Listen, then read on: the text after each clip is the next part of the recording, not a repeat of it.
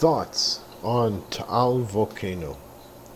Okay, it is Saturday evening, January 18.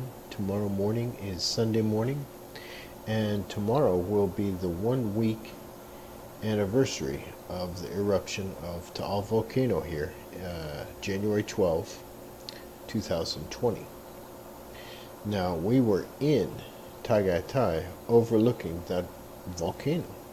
Super beautiful view, amazing, unforgettable.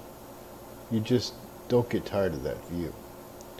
So we found a Russian Orthodox mission in Tagaytay, and we'd like to go there for Sunday worship and have a nice lunch overlooking. There's, I don't know how many restaurants overlooking that volcano. A lot. There's 2 Starbucks. Okay, so my wife wanted to stop for lunch. I wanted to stop for Starbucks, so we did both. We stopped for lunch and stopped at Starbucks. And I took some pictures. I always do. I love posting those pictures. I don't know how far you can see from that vantage point. It's terribly far, like the Grand Canyon in the U.S. or being on top of a mountain somewhere, perhaps.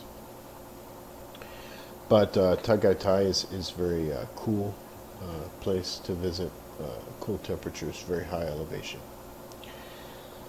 So we actually, witnessed the beginning of the eruption. We didn't know what it was. My wife thought they were burning trash on the island. There's about 1,000 residents at the time of the island, the actual volcano itself. And I took pictures. I knew what it was. I suspected what it was.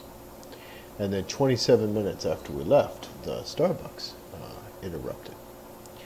And the eruption just brought up so many different feelings, There's a sense of helplessness, okay? We've got 2 kids, an infant and a 3-year-old. And my first thought was, that's it, I'm going to fly you and the kids to Mindanao, another island farther south. And you can stay for a week with your mom. And I'll stay for a couple of days in the house by myself. And if things get crazy, I'll come visit you. And if they don't, then I'll let you know and you can come back. And while we were packing stuff up, and I had my credit card in my hand ready to take them to the airport and just buy whatever ticket was available, we saw on the news they closed the airport.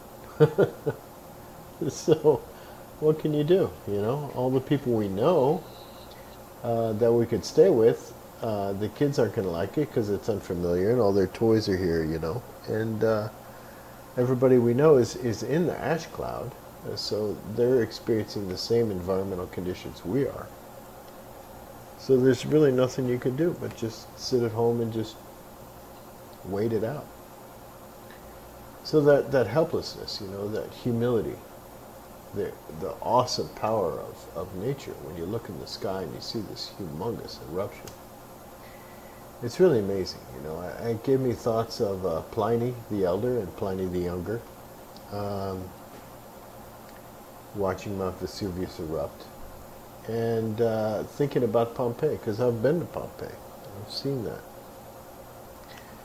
that. Seeing how gray everything gets. It's that same gritty gray that Pompeii is, And the smell of that sulfur smell. It's that same smell after you blow out a match. There's something primitive about that smell that you can tell that 1,000 generations back, our ancestors knew that smell, Volcanoes have been something that humans have had to deal with for a long, long time. This is an experience that many of our ancestors in our deep, deep ancient history had to deal with, had to face. And it's interesting facing it in the modern world today, because so much of your modern stuff is just useless. Credit card, for example. You can't use it, what are you going to do, It's interesting. It's really interesting. But that smell really struck me. Something very ancient. Something in our DNA, perhaps. Just thoughts, just musings on Taal. Take care, everybody. Enjoy your life.